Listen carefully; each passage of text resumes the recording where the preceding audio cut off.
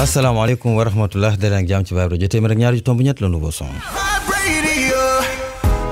aywa bisimilah daleen ak jàmm tey dibeer ñaar fan ak ñeent avril 2022 ni ñu koy defee ayu bés bi nekk di ci dalal gan tey nag sunu naatango lañ fi dalal di rek Thierno Ahmadou Sy di journaliste nekk ba tey membre task force républicaine APR nekk leader mouvement AESO cher confrère tafadal. Aladji Fall maa ngi lay ziar maa ngi am mbégte di ñëw ci Vibe Radio une première fois di une radio très digitale que nous suivons avec beaucoup de plaisir.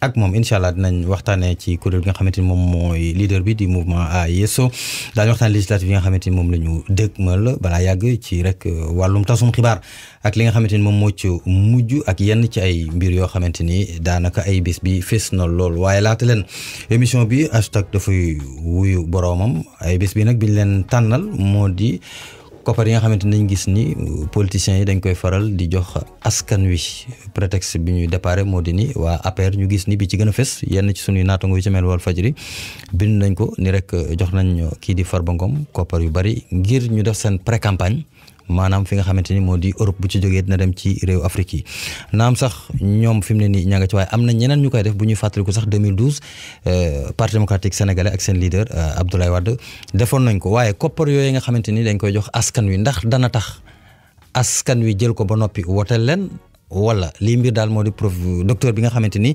xelam dafa màcc ci wàllu sociologie du Souleymane Lo moom am na leeral yoo xamante ni indi na ko ci jokkoom ak Mouhamadou Fatou Ba ñu teewlu ko. Sénégalais yu bëri tey dañuy jàpp ni bu xaalis boobu ñu leen di jox bu ñu leen ko joxee seen alalu bopp la maanaam alalu askan wi la comme ni nga xamante ni ñi koy def tey ñoonu lañ ko daan diglee démb donc moo tax nit ñi yeewu nañ ci donc boo joxee xaalis tamit nit ñi dañ koy jël mais buñ ko jëlee taxut ñu topp la ci li nga bëgg donc gis nañ ko ci élection yi nga xamante ni moom lañ jógee di élection locale yi donc jox nit xaalis jënd nit jox ko xaalis taxut mu woteel la ndaxte élection locale yi ñu weesu gis nañ candidat bi nga xamante ni newoon na ci maire de Dakar pour bëgg maire de Dakar lu ne def na ko lu ne joxe na ko waaye gis nañ fa mu mujjee donc nga gis ni nam daan doxee nga xamante ni dañ daan jënd nit ki mu ànd ak lu mu sàmm ak moom rus la ba woteel la loolu dañ na fii ndaxte ñàkk jàpp nañ xaalis bi ngay joxe moomuloo ko alalu askan wi dafa dellu ci moom dellu ci poosam donc ba tax na noonu la ko askan bi di comprendre soo ko joxee nit ñi tamit nit ñi dinañ ko jël parce que toll nañ ci jamono joo xamante ni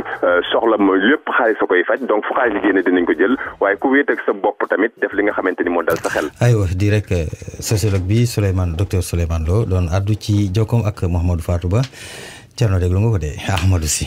xam nga yenn saa nit ñi dañuy faral di juum mooy effectivement politique dañuy toll foo xam ni parti politique yi dañuy soxla ay ressources financières. kooku dafa am mais ressources financières yooyu du mbirum corruption en réalité ma jox la exemple. ma nekk Nabadji ma organiser une activité samay militants ma xaw leen tane ci wàll.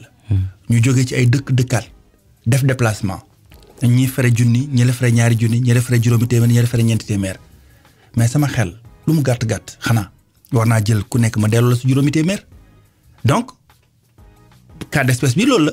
Farba Ngom tournée bu mu nekk di mëne ci diaspora bi mais dafa fekk ay doomu Sénégal yoo xam ne bu demee Gabon Libreville dañuy tëj seen i boutique bàyyi lu ñu doon def yëpp dem fekk hôtel bu mu dal bu demee Port-Gentil même chose la mais ñooñu xanaa nag Farba bu leen tanee ci mbir war na mun a jël benn montant teg ko ni leen jàppale ku leen paas joxu leen xaalis pour ñu yóbbu seen i kër ay saako ceeb.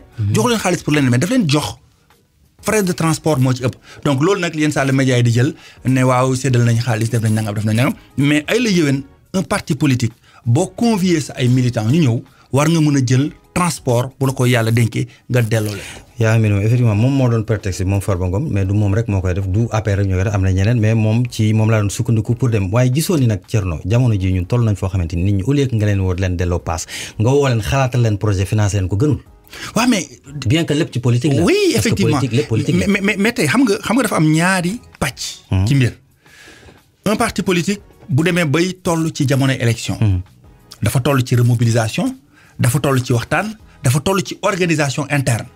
donc tey sunu parti ñun APR sunu coalition Benno Bokk Yaakaar li ñuy def yëpp c'est une organisation interne président Macky Sall commissaire yu mu yónni dans les régions du Sénégal commissaire yu mu yónni au niveau de la diaspora loolu mooy seen liggéey mais nag bokkul ak période yoo xam ni mbirum waxtaan la mbirum laboratoire d'idée la mbirum émergence au Sénégal la politique dafa am temps temps bi nga xam ne tam temps wu waxtaane mbiru réew mi dëgg bu jotee am na fu ñu koy waxtaane parti APR am na ay instances yoo xam ne président de la République daf koy woote dañuy toog pour waxtaan ci mbiru réew mi da ngeen di gis communiqué yu génn ñu ne ci tel mbir ci réew mi lii moo ci position parti bi lii moo ci position leaderu Benno Bokk Yaakaar donc loolu dindiwul dara nit ñi nag dañuy jéem di jaxase yenn saa ay moment ak ay étape ci sunu vie nation instant bi fu ñu toll tembe mooy parti bu nekk yaa ngi organisé wu coalition bu nekk yaa ngi organisé wu ndax xam nga ni dans 2-3 mois dañuy jëm ci ay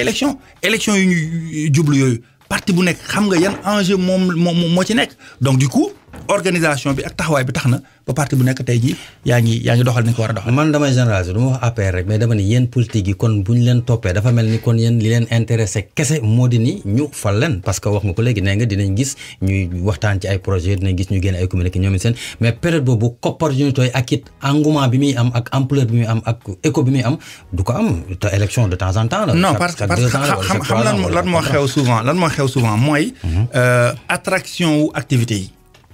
Je veux dire parti socialiste woote na bureau politique souvent médias yi duñ ci dem dañuy xaar communiqué bi génn mais parti socialiste woote na ñu ngi waajal législative médias yëpp dem parce que ñu ngi xalaat ni dinañ wax ndax dañuy ànd ak Benno Bokk Yaakaar wala ndax dañuy def nii ndax dañuy def ban déclaration moo fay génn donc attraction am ci activité bi loolu mooy indi bu ñu fa génnee passe mais Sénégal yi yëg ko mais leneen ak leneen dafay am ci biir année bi donc ça veut dire que un parti politique activité am yemul rek ci remobiliser yemul rek ci mobiliser mais un parti politique c'est aussi un laboratoire d'idées ci biir parti bi am na ay structures yoo xam ne bu ci nekk am na liggéeyam par exemple APR ñun taxawal nañu task force républicaine il y a maintenant plus d'1 an mais sunu liggéey bokk na ci wax ak sénégalais yi mais sunu liggéey bokk na ci nekk benn laboratoire d'idées boo xam ne dafay yëngu ak a xalaat luy jëmale réew mi kanam. ce mouvement bi nga jiite di Yeeso ñoom ci ban dynamique la ñu demee ni APR demee maanaam comme li Farba di def maanaam fësal koppar yi bu élection ñëwee te bu dee wàllu projet ñu koy dégg ci suuf wala mu déet.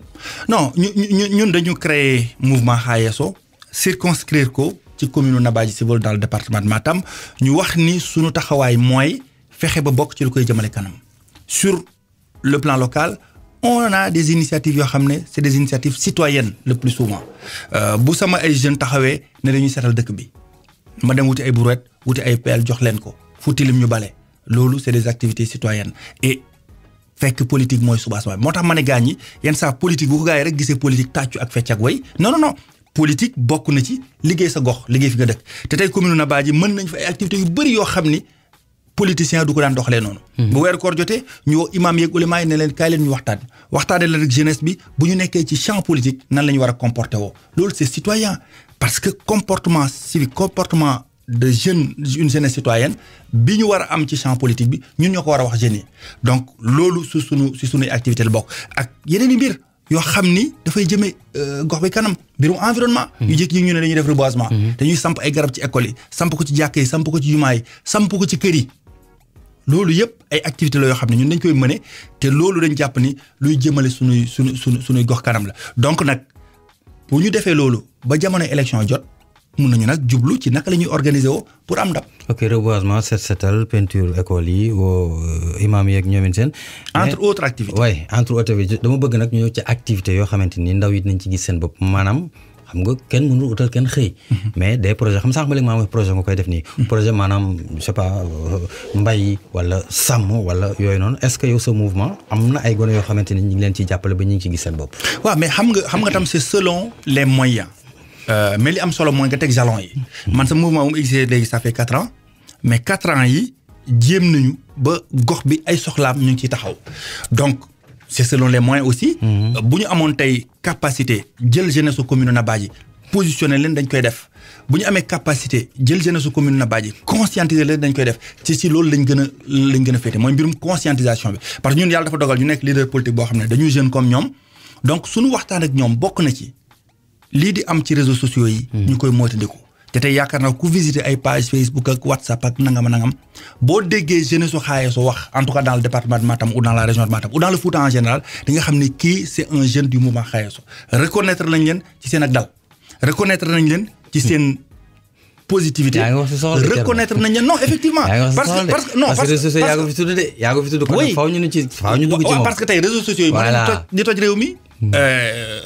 waa kàcc foo tourné yaa leen tudd fii loo wax yaay kàcc yaa leen tudd fii malheureusement te du loolu mooy defar réew xam nga réew lu koy defar du kàcc anti kàcc aussi am na oui mais loolu comme ci mënta doon ku bokk APR di revendiquer Macky Sall nga àndal bu dee da ngay saaga ci réseaux sociaux waxoo dëgg àndoo ak Macky Sall parce que wanul loolu dama ne nit ku nekk sa leader mooy sa référence logiquement donc sa leader nu mu nekkee sa référence comportement am ak ni muy doxee noonu nga war a doxalee ñun ñii di ànd ak président Macky Sall boo ñu déggee ñu wax ci plateau de télé wala plateau de rajo logiquement dañu war a incarner ay valeurs yu muy incarner mooy yar valeurs yi muy incarner mooy tey valeurs yi muy incarner mooy bañ a saaga kenn bañ a xas kenn donc boo gisee jeune buy xaste ak buy saaga mais xoolal fan la soxee ko parce que dañ la ne wax ju bon dëkkul fu mu jëm fu mu jógee la cosaan. waaw parce que même te semaine bee ñu génn rek sax ki nga xamante ni ñoo di waa Vox Pop def nañ ci vraiment benn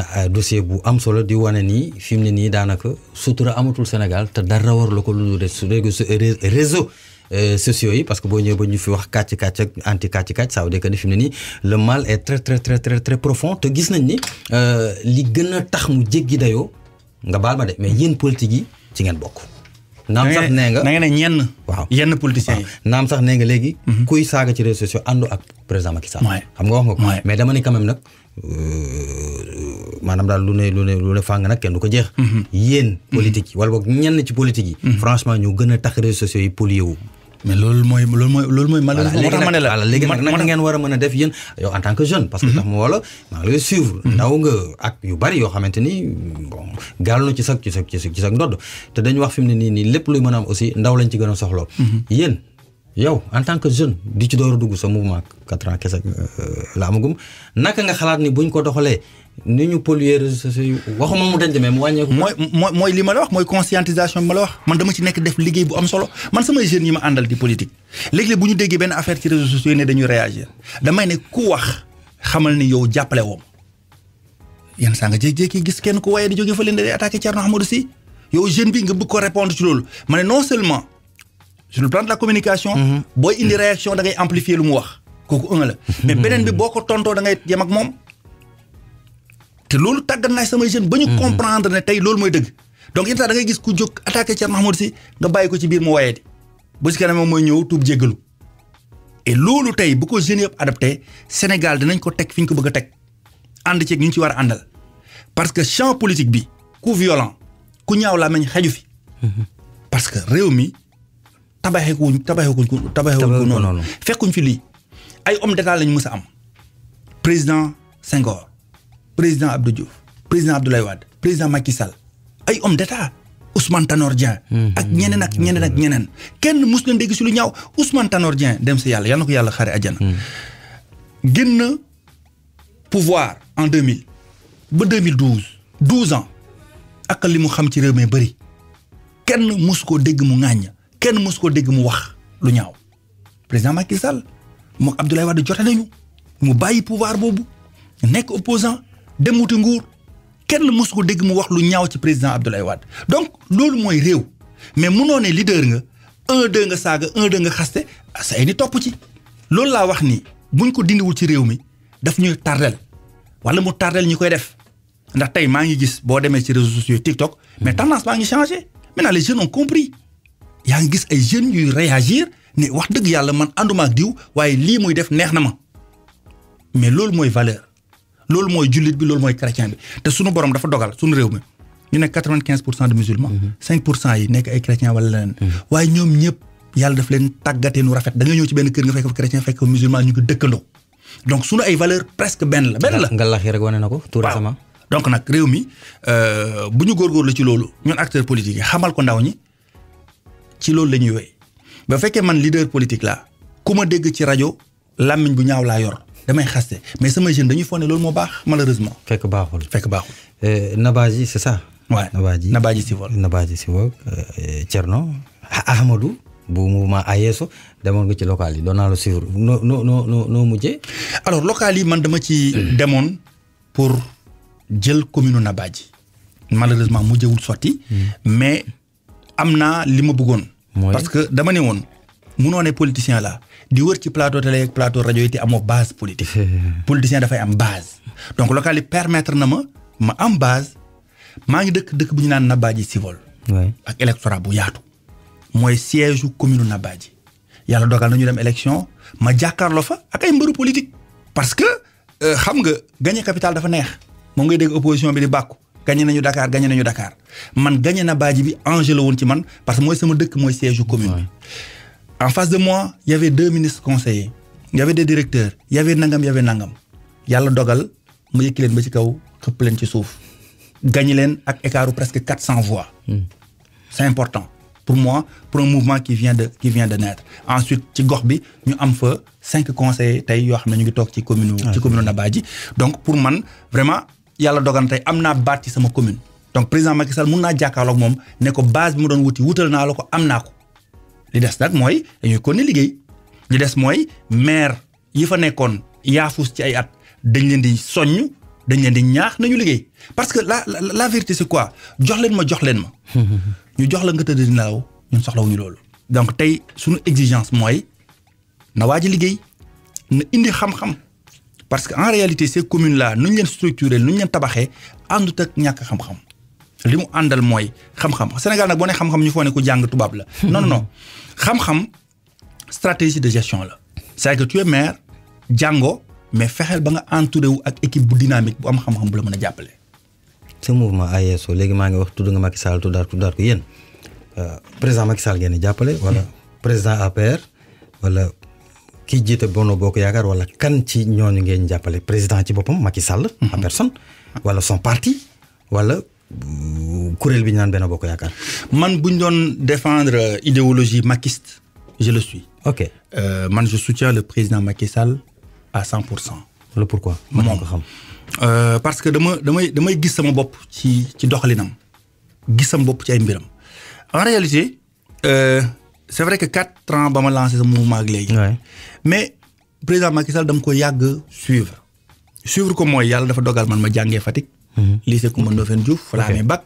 d'accord président Macky Sall nekk DG Petrosen sunu kanam daan ñëw week-end ñu koy séen moom ak sunu ay grand ñu dox mu nekk ministre ñu koy séen.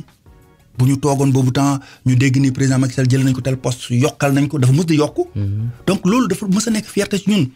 en 2006 déjà ba président Macky Sall di waajal élection présidentielle nekkoon directeur de campagne bu président Abdoulaye Wade je me rappelle à Fatick dañu àndoon ak suñu benn professeur de lycée parce que boobu temps génn ñun lycée mais samay attachement ak Fatick. dafa mës di continuer donc dama fa doon continuer di fréquenter di dem samay xarit ñu war a lancer benn mouvement taxawal ko pour jàppale président Macky Sall. mu jàppale 2006 déjà 2006 déjà pour jëm élection 2007 yi.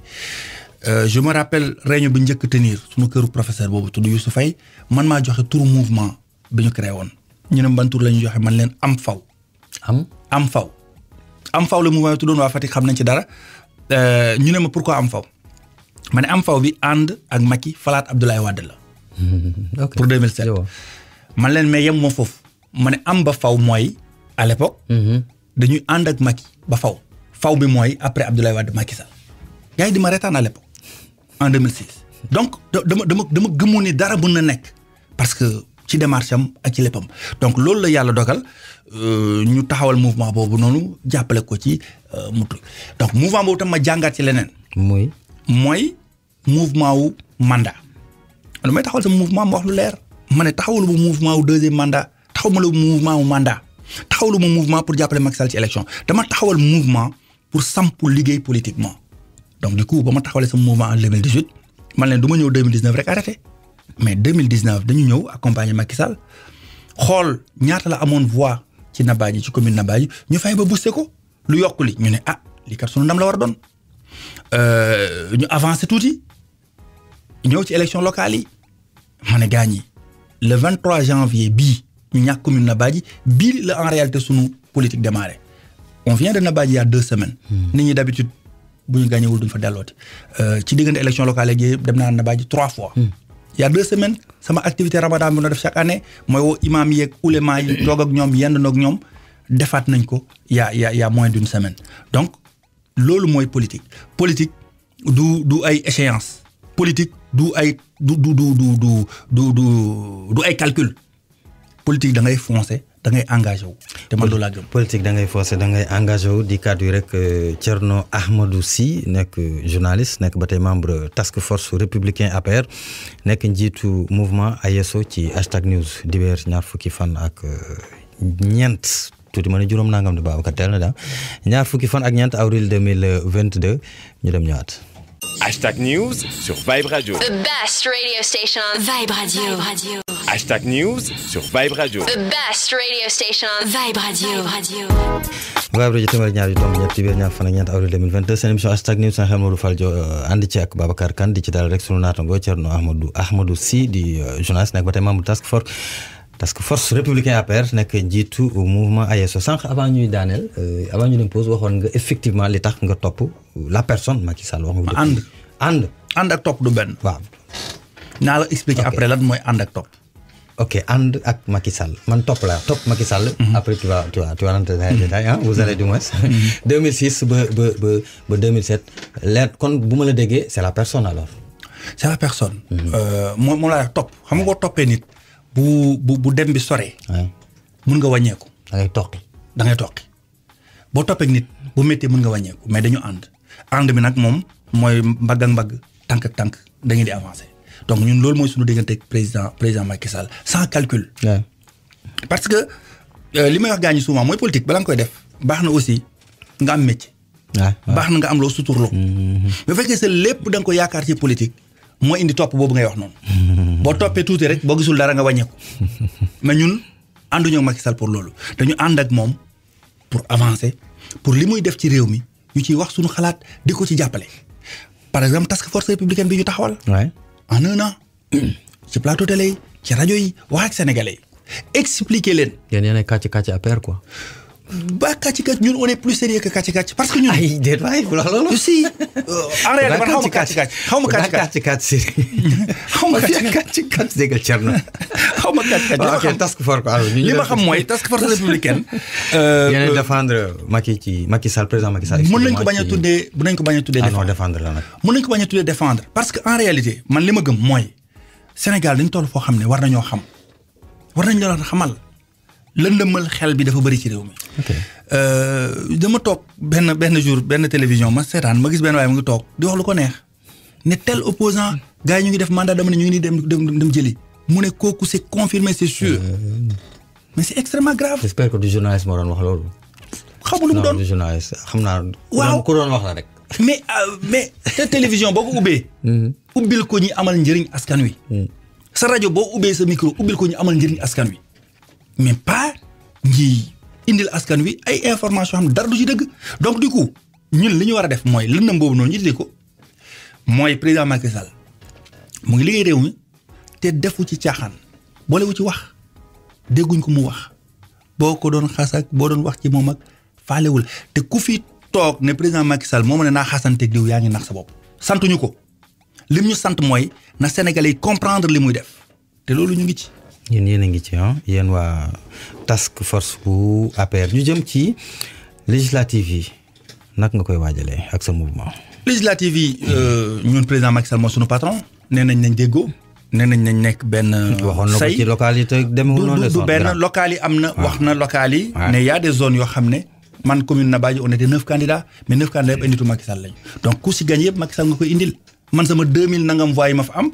dafa dugaat ci benn bokk yaakaar donc Macky Sall mooy suñu patron nee nañ ne déggoo enjeu local ak enjeu législatif yi du benn législative yi enjeu bi gën a rëy mooy président Macky Sall continuer mun a dérouler ay programme am continuer mun a defal Sénégal yi ni ñu ko bëggee te loolu pour mu def ko il faut mu am majorité confortable à l'Assemblée nationale donc du coup booloo moo ñu koy may booloo boobu nag macha allah. gis nga depuis quelques 2 ou 3 mois am na ay commissaires yu mu yónni dans les régions ñi doon waxtaan ñu ngi waxtaan léegi. ñi du loon ànd ñu ngi ànd léegi ñi déggoo loolu ñu ngi déggoo. te loolu est-ce que du finte rek comme ni ko italien yi di waxee ñi doonul kii ñi ngi kii parce que bon chef bi dóor na ci table ji wax ni li ma bëggoon bu est-ce que du finte rek maanaam faara finte def semblant de. dañu toog ci gaal. gaal bi am ñoo xam dañ nekkoon di yëngal gaal. du dëgg. le capitaine. ne saa waaye bu ngeen toogul toogaay bu baax gaal gi day suux. ok du dëgg ñun ñëpp bu ñu bañee suux dañuy toogaat toogaay bu baax donc tey obligation la du nekkatu sax affaire Macky Sall en réalité sunu affaire wu survie la ñun en réalité bu ñu déggoowul mënuñu am lañ bëgg déggoo moo ñu mën may ñu am lañ bëgg donc mënuñu am benn problème ci législative yi liste parallèle du am wala bu amee du bëri donc du coup li nar a am mooy une liste unique benn bokk yaakaar ñëpp songu xeex daal. lii la fi say morom waxoon ci nu mu tuddati ci local yi de waaye mujj gi dafa mel liste parallèle yooyu am na fu mu leen yóbbu de bon lu ñu suivre la nag puisque wax nga ko bon du ñu mën a def lu dul nangu la sa kàddu. l'avenir nu dinañu leeraleen mbir yi parrainage yi yow door nga ko fi mu ne nii de.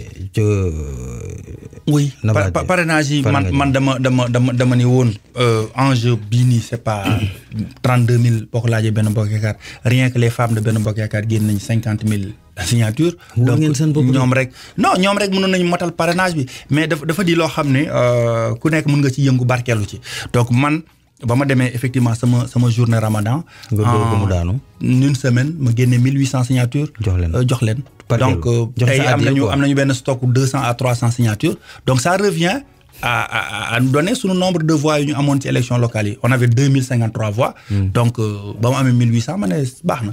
baax duñ leen nax rek parrainage ñu joxe 40 ba noppi dem ba ci bañ gàcc defar. non parce que Sénégal tendance non c'est à peu près sûr xam nga électorat da nga koy suivre. donc du coup du rafet njort sax parce que parrainage man dama ne moo gën a jafe élection.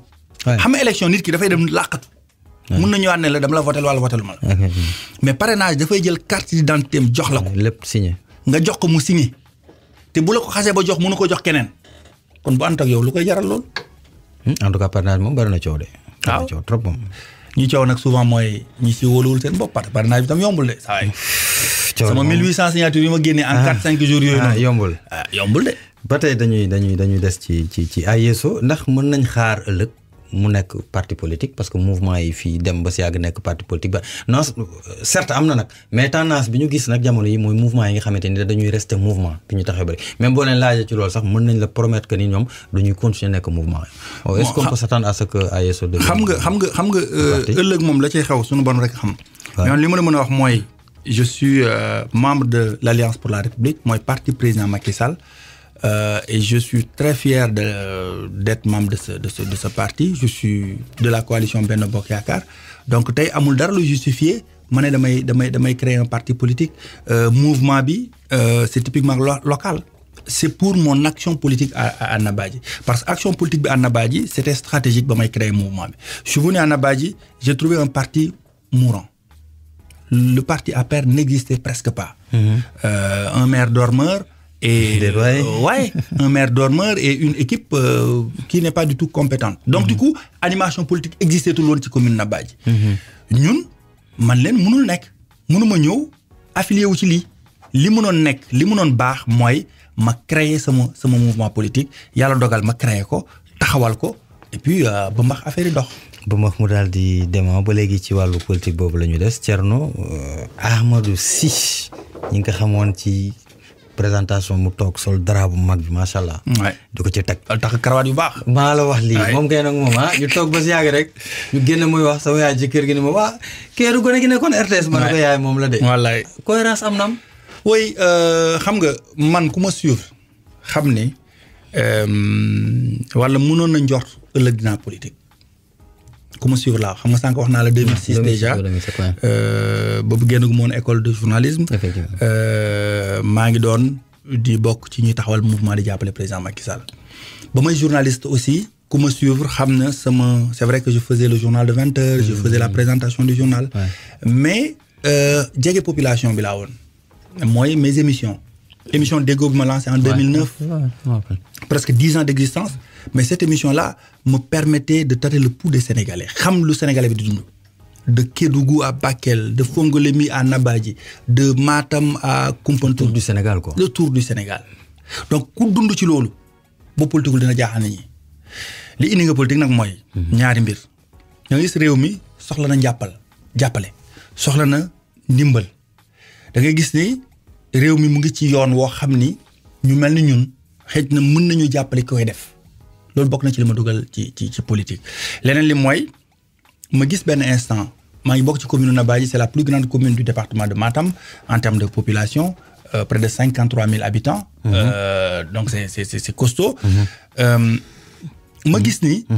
damay dem ci ay régions yeneen yu Sénégal di gis ay communes yu tollul ni moom. di émerger di avancer. ma ne man su ma toogee liggéeyuma sama commune wala jàppalewuma pour mu émerger wax dëgg yàlla dinaa fautif donc ma ne engagement bi foofu lay tàmbalee. donc en gros ku ma suivre sama trajectoire xam na ni kii ëllëg dina doon war a politique. te bañ duggee ci politique aussi nekkuñ ci façon boo xam ni wax dëgg yàlla dinañu dajeeg Sénégalais yi sëgg duñu wax lu waxuwul duñu def lu deful.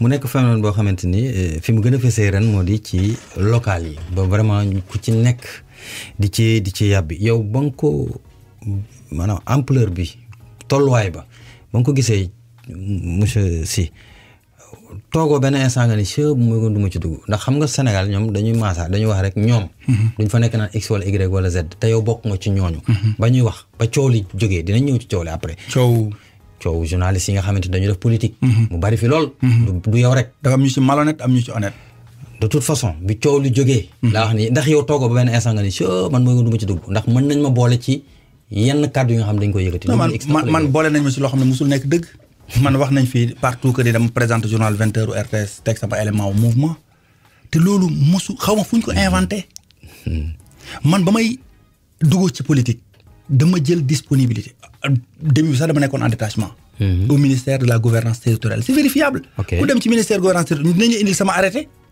bu fa duggee nekk chef service communication jóge fa nekk ministère du tourisme jóge fa nekk patrimoine bâti tey maa ngi Puma donc ça fait 4 ans ou 5 ans ne ko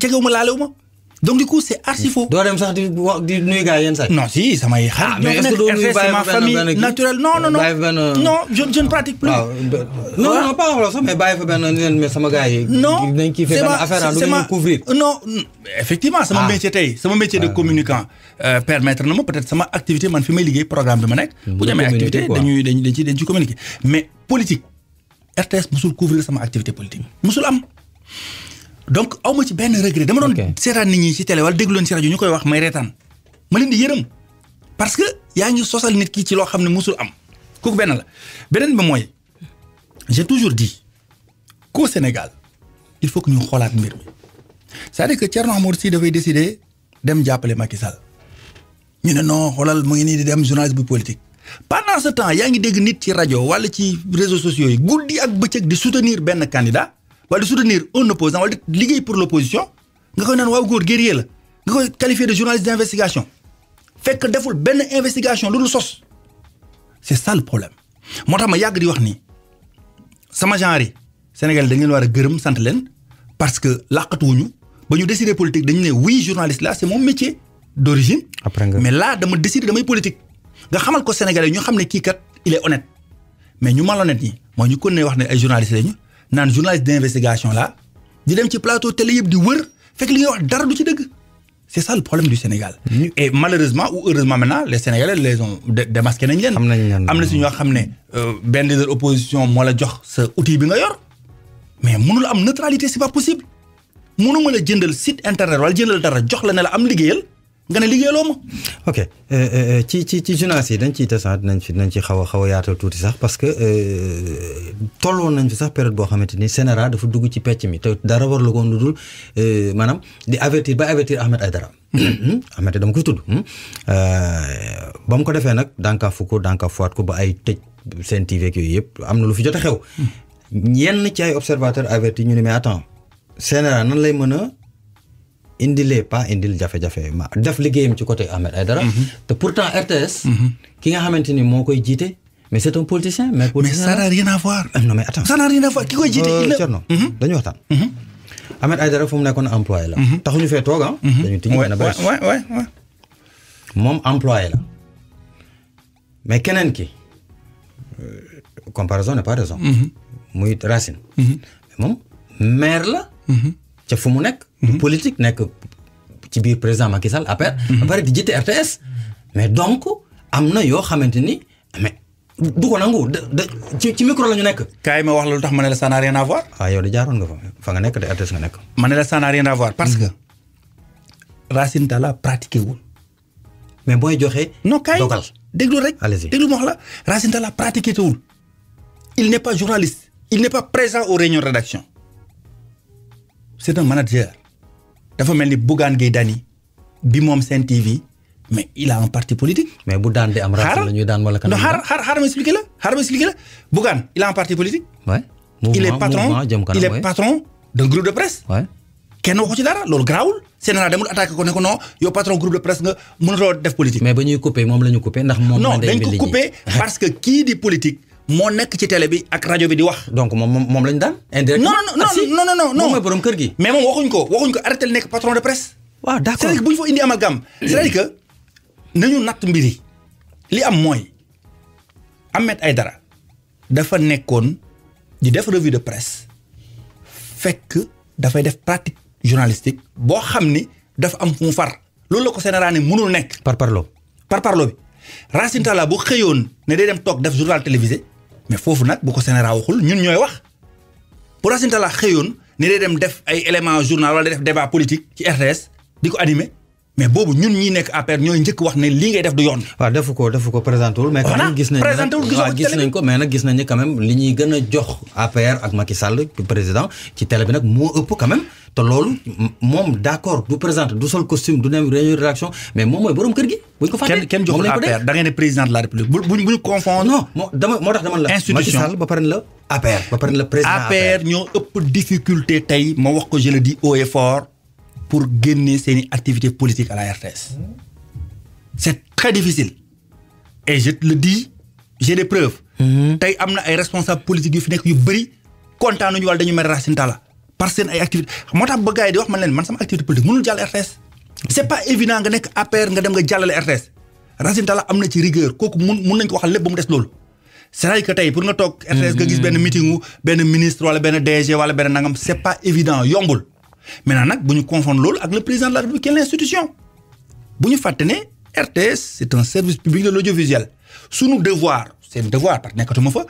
mooy li président Macky Sall yendoo fanaane ko pour Sénégal ñu xamal ko Sénégalais yi loolu lañ doon defal Abdou Diouf loolu lañ doon defal Abdoulaye Fall suba boo nekkee président de la République moom lañ lay defal parce que loolu dafa bokk ci ay cahier de charge moom. dafa am obligation boobu bu beneen média amul dafa am obligation informer.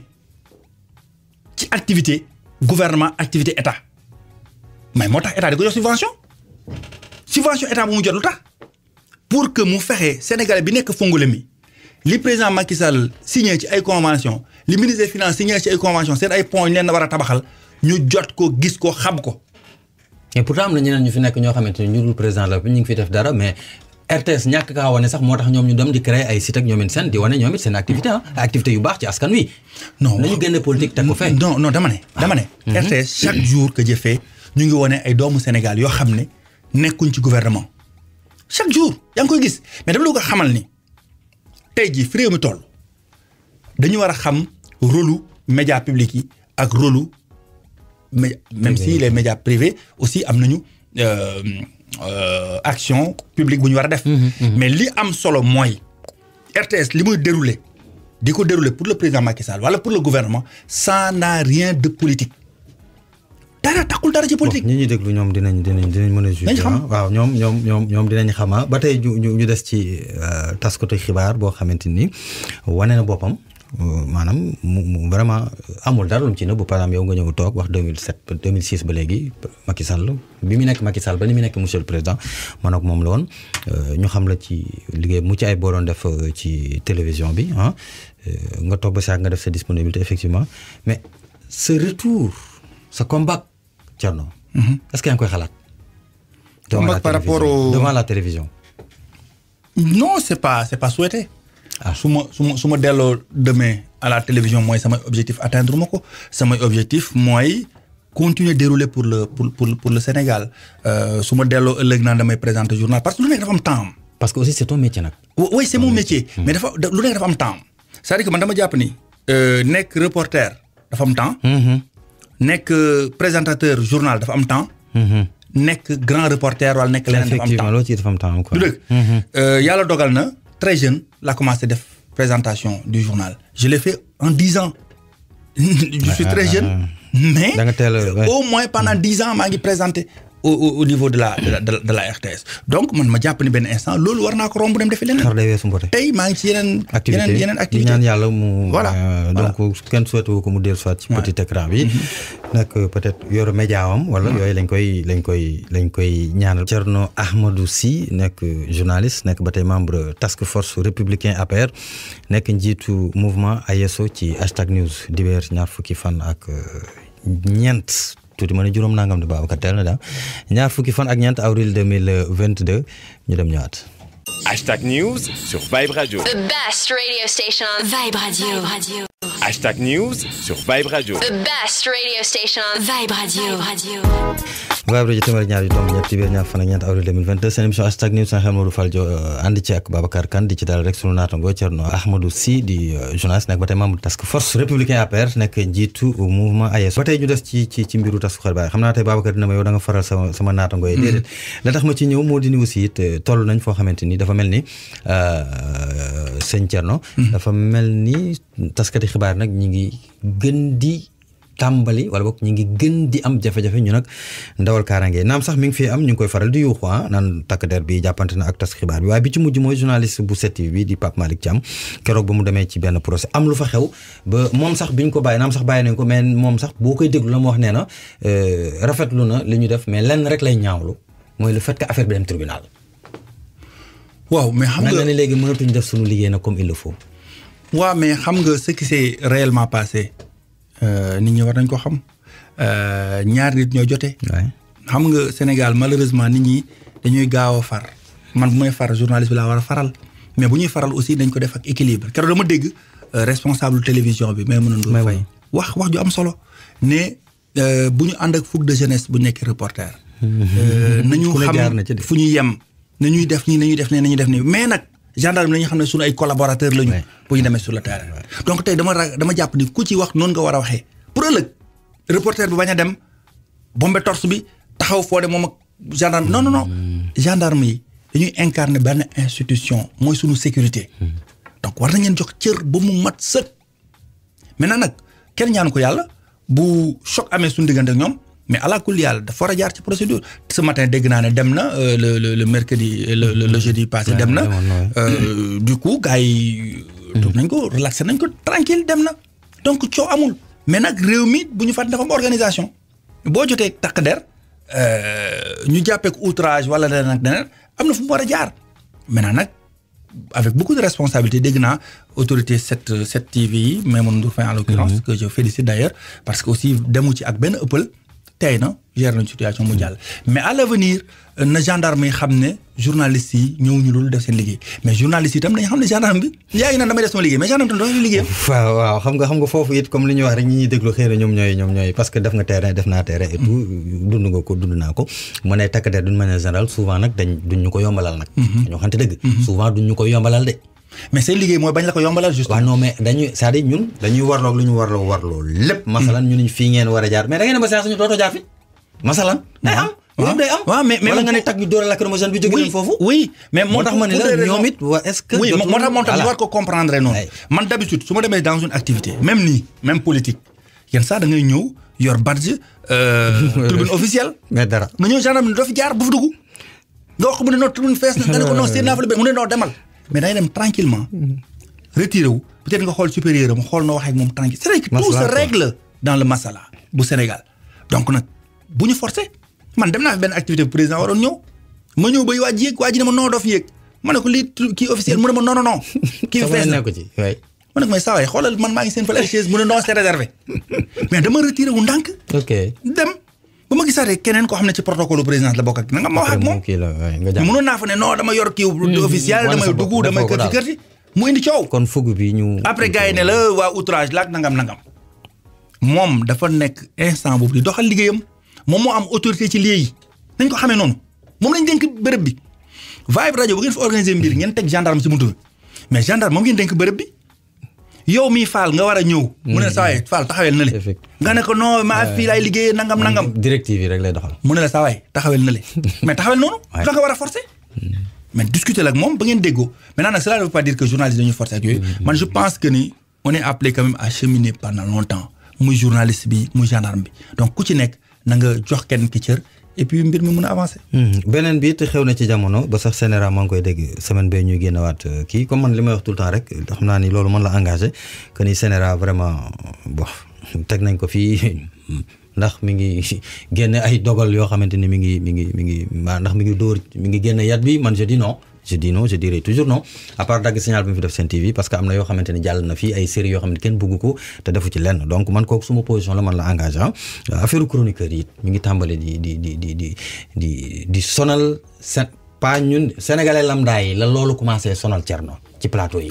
waaw mais xam nga yéen Fall yéen borom rajo yeeg télé yi da ngeen foo ne yéen. génn na ci nag xool ko. waaw déedéet man kay bokkatuma ci lii ma gis nii.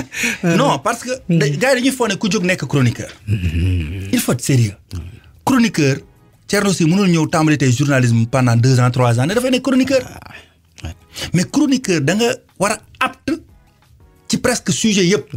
bagage kay bu da nga war a am bagage da nga war a am expérience fukki at jëm kaw. maintenant di journaliste chevronné. mu nekk chroniqueur. yombul de.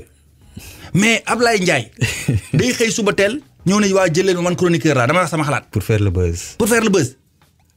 après mais j'ai vu un journaliste ci benn plateau télé di wax ak un ancien premier ministre ne ko yow avocat nga boo xam ne mosoo gagné benn procès mais loolu ban façon question la. amul c'est-à-dire que loolu dafa amul fenn. amul fenn nee nañ la. Le chroniqueur peut provoquer son invité, inciter ko mu wax mais du noonu inciter ak affronter du benn. inciter ak jéem a humilier du benn. dafa am ay techniques yoo xam ne le journaliste xam na ko buy poser question pour wax loo ko. effectivement.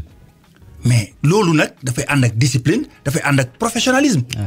mais du ma ñëw jàkkale yow ne la waaye yow journaliste nga boo xam ne tojoo fenn waa léegi nag. mais loolu bokkut ak. oui question kii. question 2.0 yi quoi.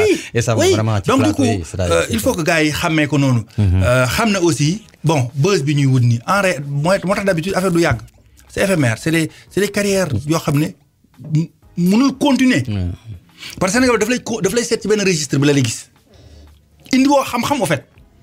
xamadi ngay indi ak wax lu la neex loolu ku nekk mën nga ko. mais te léegi sax nag dootul am de média yi sax ñoo ci commencé sonn mais Sénégal lambda bi ñoo ci commencé sonn tay ci nee nañ ma 5 minutes moo ñu dese am na yu ma bëggoon wax mais xam naa dañ koy bàyyi ci bi may ñëw nag mooy actualité bi Seydina Omar Touré capitaine ba.